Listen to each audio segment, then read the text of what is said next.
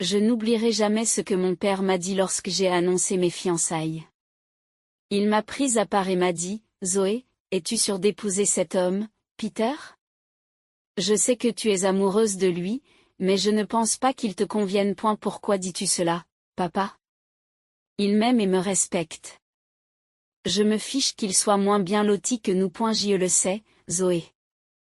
Tu sais, j'ai construit ma richesse à partir de rien. Je ne manquerai jamais de respect à une personne qui n'appartient pas à ma classe économique. Mais Peter est un homme très louche et sa mère n'est pas différente. Qu'est-ce que tu veux dire, papa? Je ne comprends pas. C'est l'instinct paternel, Zoé. Cet homme ne t'aime pas. Oui, il te couvre d'affection, mais il parle toujours de ta richesse. Je l'ai entendu dire à ses amis qu'il s'était tapé la petite riche. Julia s'est contentée de rire avec lui et d'accepter. Tu dois te tromper, papa. Peter ne dirait jamais ces choses-là sur moi. Julia m'aime aussi beaucoup. Je suis sûre qu'elle gronderait Peter s'il essayait de plaisanter de la sorte. Parfois, je regrette de ne pas avoir écouté mon père. Il ne savait pas de quoi il parlait. J'étais une stupide gaine amoureuse. Ma mère est décédée 2 ans avant mon mariage. Mon père était malade et n'était plus de ce monde. Je cherchais désespérément à m'accrocher à quelque chose qui me donnerait la volonté de vivre. Peter et Julia sont devenus ces personnes. Mon père était un homme riche. Il avait fait une série de bons investissements qui l'avaient rendu très riche. Je travaillais dur à mon travail et j'avais aussi un salaire modéré. Dans l'ensemble, nous étions plutôt à l'aise dans la vie. Mon mari Peter et sa mère Julia étaient tout aussi aisés. Certes, Peter gagnait plus que moi. Mais il venait d'un milieu très modeste. Son domaine n'était pas assez bon pour faire de lui un millionnaire. Peter en a d'ailleurs gardé un certain ressentiment. Julia et lui aimait les choses sophistiquées et chères. Il se plaignait souvent de ne pas avoir assez d'argent. J'étais toujours heureux de les aider avec le peu d'argent de poche que mon père me donnait. J'ai même laissé Peter et Julia emménager dans ma maison après leur mariage, mais ni Peter ni Julia n'étaient satisfaits de ma maison. Ils m'ont dit, « C'est vraiment dommage que tu vives dans une petite maison. Ton père vit littéralement dans un manoir. Comment se fait-il que tu aies acheté une si petite maison? Je ne gagne pas beaucoup, Peter. Mon père vit dans un manoir parce qu'il a beaucoup d'argent. Je suis un simple employé de bureau qui gagne un salaire modéré. Cette maison a été difficile à acheter pour moi aussi. Papa m'a aidé à payer la compte. S'il t'a aidé, il aurait dû t'offrir une meilleure maison. Je suis sûre que ta mère lui avait laissé quelque chose à te donner quand tu serais plus âgé. Je n'ai droit à rien, Julia. Ce que ma mère a laissé derrière, elle appartient à mon père maintenant. Elle est morte subitement, il n'y a pas eu de testament. Ça ne me dérange pas de ne rien recevoir. Je suis heureuse de la façon dont les choses sont faites. C'est ridicule de dire ça, Zo. J'aurais aimé hériter de beaucoup d'argent. Tu sais quoi? Ton père devrait échanger sa maison avec nous. Il vit seul, il n'a pas besoin d'espace de toute façon, n'est-ce pas, maman? Oui, Peter a raison, Zo. Tu peux demander. Absolument pas. Cette maison appartient à mon père, et il mérite de vivre confortablement tant qu'il est en vie. Et bien, il sera en vie pour longtemps maintenant qu'il est malade. Nous pouvons attendre et faire des compromis pendant quelques années et voir ce qui se passe. En fin de compte, tout sera à vous après la mort de votre père.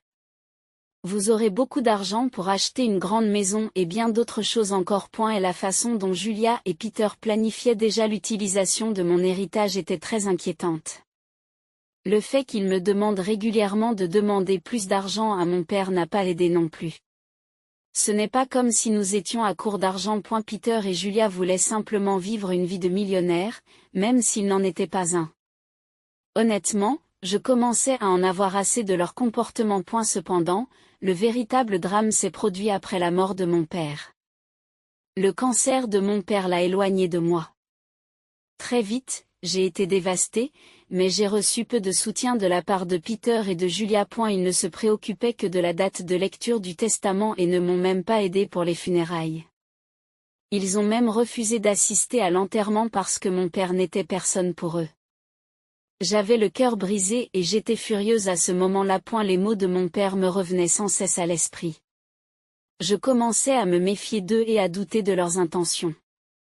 Je craignais qu'ils n'en veuillent vraiment à l'argent de mon héritage. Ils n'avaient pas le droit d'assister à la lecture du testament. Peter et Julia ont dit, « Pourquoi diable n'avons-nous pas le droit de lire le testament? C'est ridicule. » Laurence était mon propre beau-père. Oui, c'est ridicule. Nous sommes de la famille et devrions être présents à cet événement. Nous avons le droit de savoir ce que Laurence a laissé dans son testament. Au moins, mon fils devrait être autorisé à être présent. Votre fils n'est pas dans le testament, Julia, il ne peut donc pas le lire. Pourquoi êtes-vous si obsédée par l'héritage? Vous n'êtes même pas venu à l'enterrement. C'est drôle de voir que mon père est devenu un membre de la famille lorsqu'il s'agit d'obtenir un héritage. J'étais assez agacée par Julia et Peter. Le pire, c'est qu'ils ont commencé à me harceler dès que je suis revenue de la lecture du testament.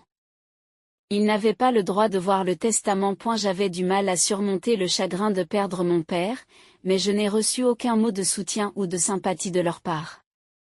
Ils voulaient simplement savoir ce que j'avais reçu en héritage. Julia m'a demandé, « Cela fait un moment que nous nous posons des questions. Quel est le montant de l'héritage que vous avez reçu de vos parents? Vous avez dû recevoir beaucoup d'argent.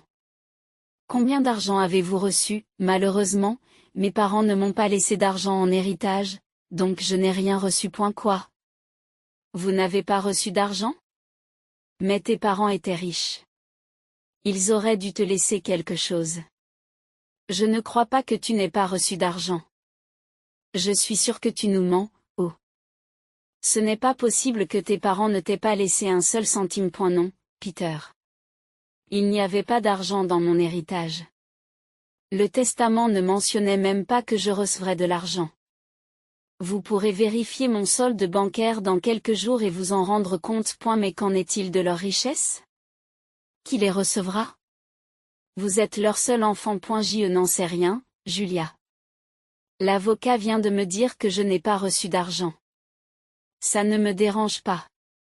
C'était l'argent de mes parents, et c'est à eux de décider à qui ils le donneront. C'est ridicule. Vous devez vous battre pour l'argent. Il devrait être ATOI. Il n'y a pas d'argent, Peter.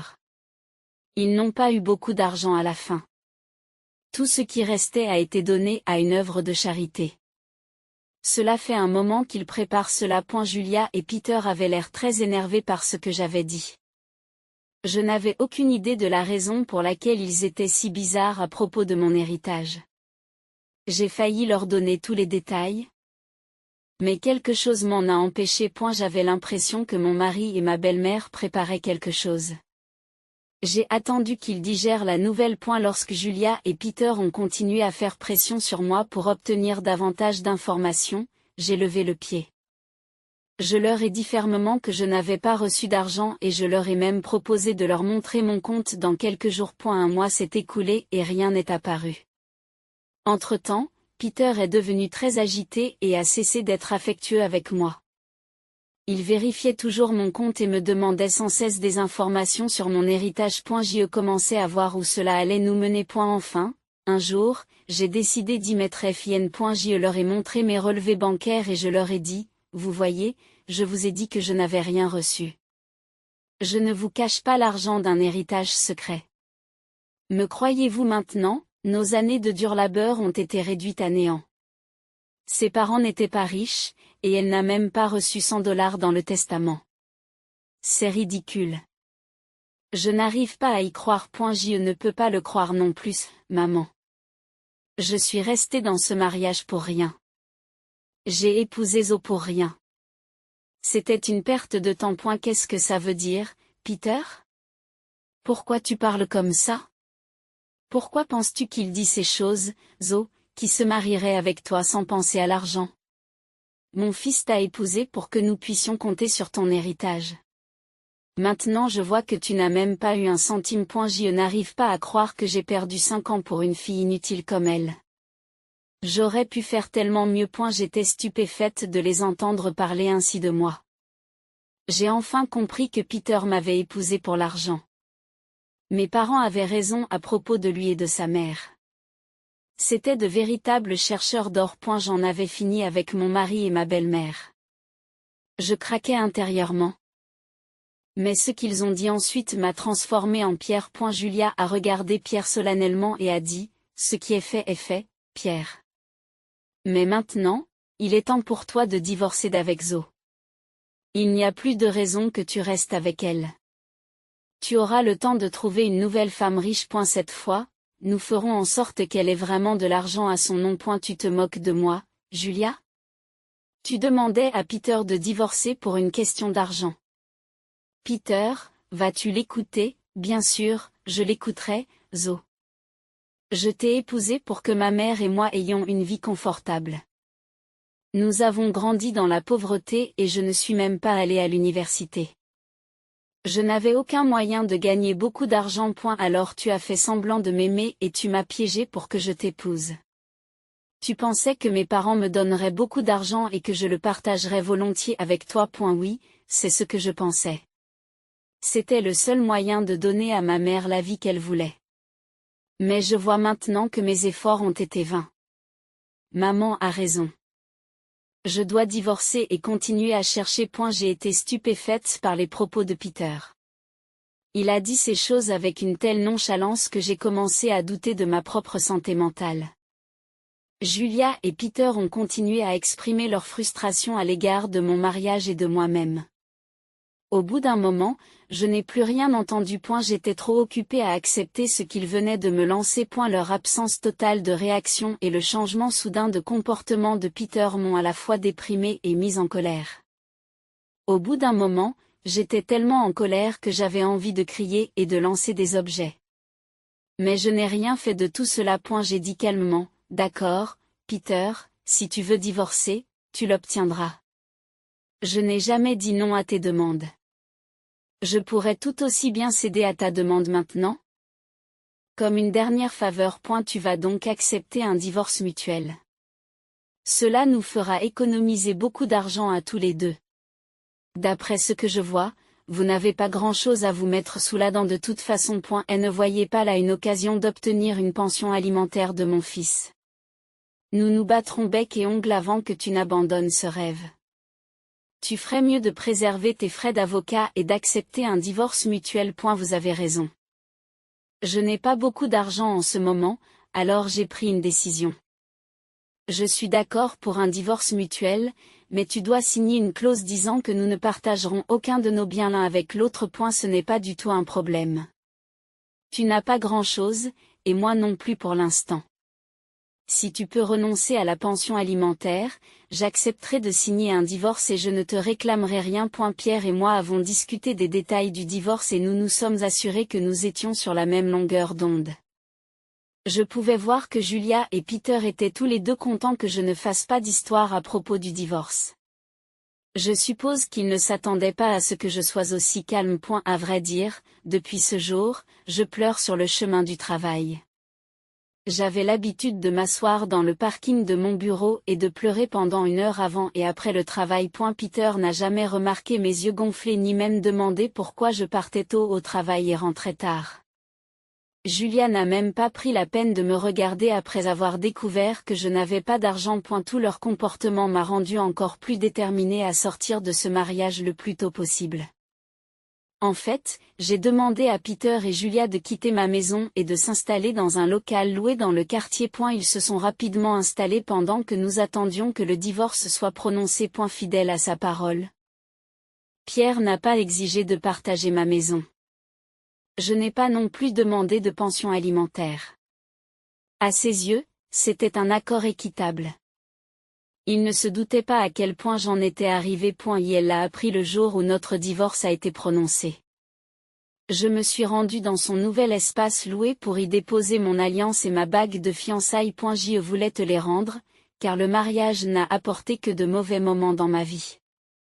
Je ne veux pas en garder le souvenir. Tu es sûr de vouloir les rendre, je veux dire, tu pourrais avoir besoin de l'argent après tout.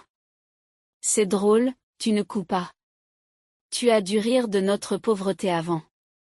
Regarde où tu en es maintenant. Mon fils est généreux et te donne les bagues. Tu auras peut-être besoin de les vendre quand ton stupide travail ne paiera plus assez. Nous voulons des bagues de Monsieur Ring. Elles ne sont pas chères de toute façon. Pourquoi devrais-je vendre les bagues, pour de l'argent, Julia? Tu n'as pas à être gênée. Alors, on sait déjà que tes parents ne t'ont rien laissé. Je suppose qu'ils ont tout perdu à cause de mauvaises décisions financières, laissant leur fille sans ressources. À ce moment-là, je lui ai ri au nez très fort. Julia avait l'air confuse, tout comme Peter. Je voyais bien que Peter était quelque peu agacé par le comportement de sa mère et il était également surpris par mon rire. Julia m'a dit, « Mais pourquoi tu ris, Zo? Est-ce que j'ai dit quelque chose de drôle? C'est vraiment drôle que tu penses que je suis sans ressources, Julia. C'est aussi drôle que tu penses que mes parents ont perdu toute leur fortune. Bien sûr que tu es démunie. Tes parents ne t'ont même pas laissé un centime. Ils ont sûrement gâché ta vie en ne te laissant pas d'héritage. Je n'ai jamais dit que je n'avais pas eu d'héritage, Julia. Je t'ai simplement dit que je n'avais pas reçu d'argent. En fait, mes parents m'ont laissé beaucoup d'héritage. Qu'est-ce que ça veut dire? Vous avez un héritage. Je ne sais plus où j'en suis. Mes parents ont vu en Julia et toi les petites chercheuses d'or que vous êtes, alors ils ont mis une clause secrète dans leur testament. Elle disait que je ne recevrais pas d'héritage monétaire. À la place, j'ai reçu tout ce quartier en héritage. Quoi? Tu possèdes ce quartier maintenant. Comment est-ce possible? Nous aurions été au courant de votre héritage si c'était vrai. Nous avons même signé le bail avec un administrateur de biens qui ne nous a pas dit le nom du propriétaire. Mes parents voulaient que j'attende 1 an avant de toucher mon héritage. Ils voulaient que je te teste aussi et que je vois si tu es vraiment avec moi pour l'argent ou pour l'amour. Bien sûr, tu n'as pas réussi le test et maintenant tu n'auras rien de moi. De plus, mes parents ont nommé le gestionnaire du patrimoine pour s'occuper de la propriété avant que j'en hérite. C'étaient des gens intelligents, vous savez. C'est impossible. Je ne crois pas un mot de ce que vous dites. Tu es juste embarrassé parce que tu n'as plus d'argent. Oh, vraiment, Peter? C'est ce que toi et ta mère avez conclu? Eh bien, pourquoi n'appelles-tu pas ton propriétaire pour lui demander ce qu'il en pense? Ne vous inquiétez pas, nous le ferons. Tout le monde verra alors à quel point vous êtes un gros menteur. Julia et Peter ont appelé leur propriétaire et lui ont demandé ce que j'avais dit. Comme leur propriétaire était le gérant de la propriété, il leur a tout dit. Julia et Peter étaient stupéfaits. Ils avaient l'air vraiment paniqués. Après avoir coupé la communication, ils ont dit, « Vous nous avez menti. Vous nous avez fait croire que vous n'aviez rien, mais vous possédez maintenant toute la société de logement. Comment avez-vous osé nous tromper de la sorte? Vous vouliez toutes vos richesses pour vous. Alors vous avez poussé Pierre à divorcer et lui avez fait signer des papiers par lesquels il ne vous réclamait rien. J'ai ri de l'audace dont ils ont fait preuve pour me faire porter le chapeau. Ils se rendaient enfin compte qu'ils s'étaient royalement trompés et qu'il était temps pour eux d'avoir un bon karma. J'ai dit, c'est drôle que tu m'accuses aussi de t'avoir piégé, Peter. Tu m'as convaincu de t'épouser en me disant que tu m'aimais. Julia, tu as aidé ton fils dans ce plan, et c'est toi qui lui as dit de divorcer. Si quelqu'un ici a été un arnaqueur, c'est bien toi aussi. En ce qui concerne mon héritage, tu m'as demandé combien d'argent j'avais reçu, et j'ai répondu honnêtement. Tout cela n'était qu'un malentendu. Donc, ce qui s'est passé appartient au passé. Pourquoi ne pas réessayer sous un nouveau jour? Nous avons passé 4 ans ensemble. Ce serait une honte de les gâcher. Alors maintenant, tu veux que je revienne dans ta vie. C'est drôle de voir que tu voulais absolument repartir à zéro avec une nouvelle fille. J'ai entendu dire que tu voyais déjà quelqu'un de riche. Ne t'inquiète pas. Je lui dirai à quel point tu es un serpent. Peter et Julia ont commencé à me supplier de ne pas gâcher cette nouvelle relation. Peter m'a dit que puisque je n'étais pas prête à lui donner une autre chance, je ne devais pas gâcher son avenir. Je lui ai dit d'aller se faire voir ailleurs. Je les ai également informés que je les mettrais à la porte une fois que la propriété serait transférée à mon nom. Ils ont paniqué et ont commencé à me supplier encore plus. Dans les semaines qui ont suivi, Julia et Peter se sont présentés chez moi pour me supplier de leur pardonner. Peter et Julia ont déjà une expulsion à leur actif.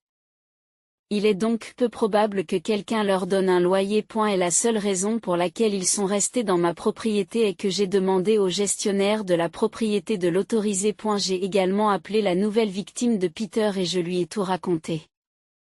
Elle a été horrifiée par ce que Peter et Julia ont fait et a rompu avec lui sur le champ.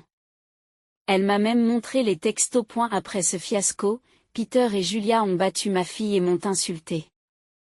J'ai rapidement appelé la police et je les ai chassés de ma propriété. Après avoir reçu mon héritage à mon nom, je les ai mis à la porte très rapidement. Ils ne s'attendaient pas à ce que je mette ma menace à exécution. Ils se sont à nouveau présentés sur ma propriété et la police a été appelée. Les policiers leur ont donné un avertissement sévère et j'ai demandé une ordonnance restrictive. Il s'est avéré que toute la ville était au courant de ce qui s'était passé. Ils ont été désavoués par leurs amis et ont dû quitter la ville pour prendre un nouveau départ. Pendant ce temps, je profite de ma nouvelle richesse et je suis enfin débarrassé des sangsues qui cherchent de l'or.